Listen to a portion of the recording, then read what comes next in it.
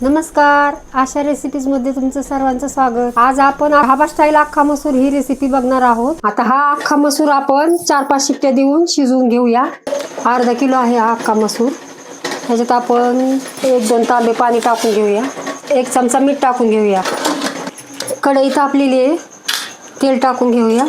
जिरं टाकून घेऊया। जिरं छान फुललं की आपण कांदा टाकून घेऊया।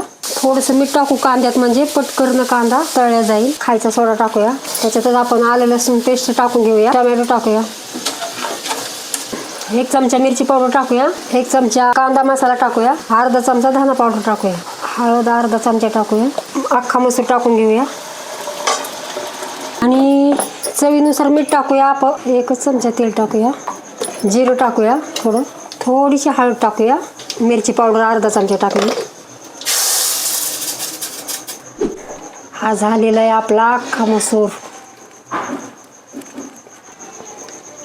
तर हा झालेला आहे आपला अख्खा मसूर। रेसिपी आवडली असेल तर लाईक करा, शेअर करा, सबस्क्राईब करा। परत भेटूया पुढच्या व्हिडिओमध्ये। नमस्कार।